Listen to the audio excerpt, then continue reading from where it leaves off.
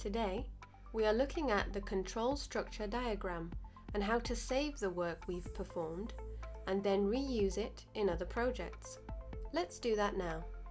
In this screen, we can see a typical control structure diagram, and now we save it as a template so that we can reuse it later in other projects.